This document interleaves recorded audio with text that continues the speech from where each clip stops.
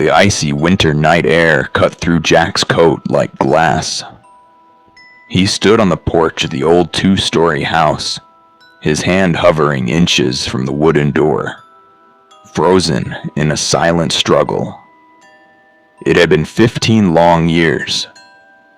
15 years of living a mundane, quiet life in a distant city, working at a modest furniture supply company.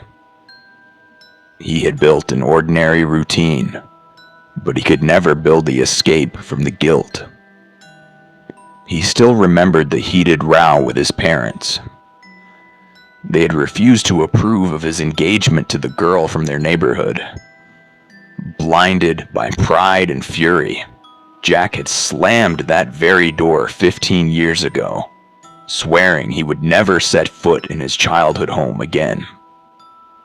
Now, age 37, driven by a deep desire to reconcile and the dream of opening his own local business near them, he was back.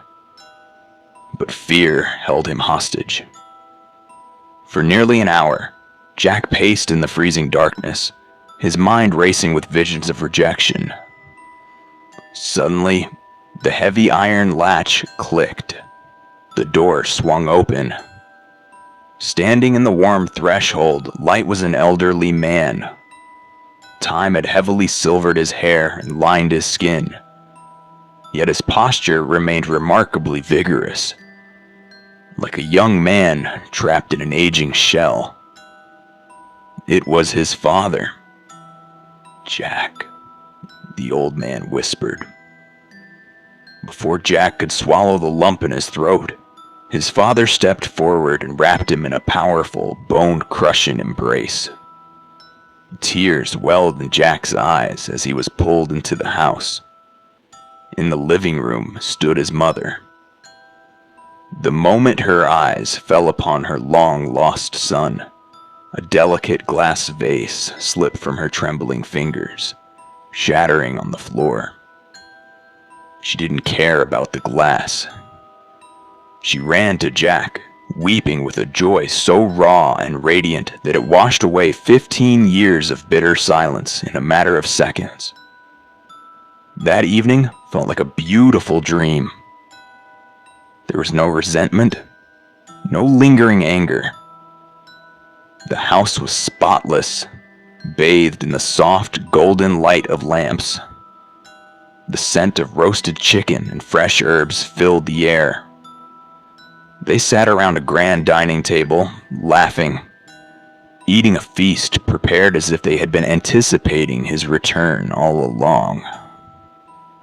They talked late into the night about Jack's job at the furniture company, his plans for his new business, and memories of his childhood.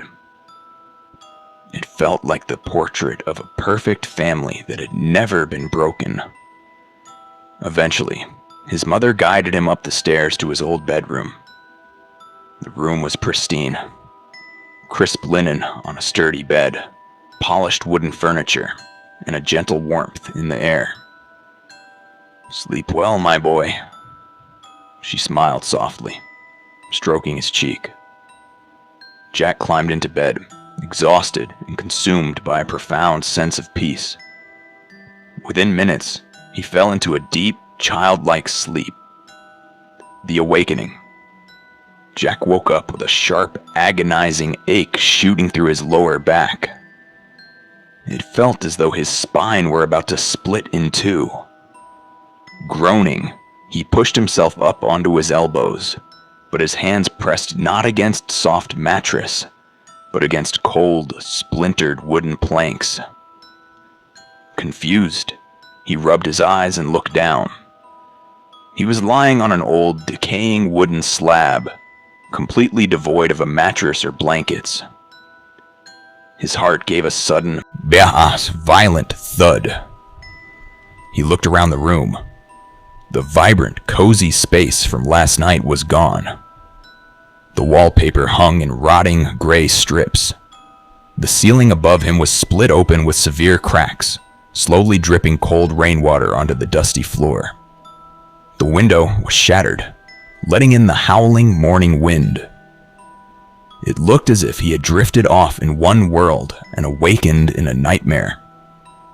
Panic surging through his veins, Jack scrambled to his feet and ran out of the room.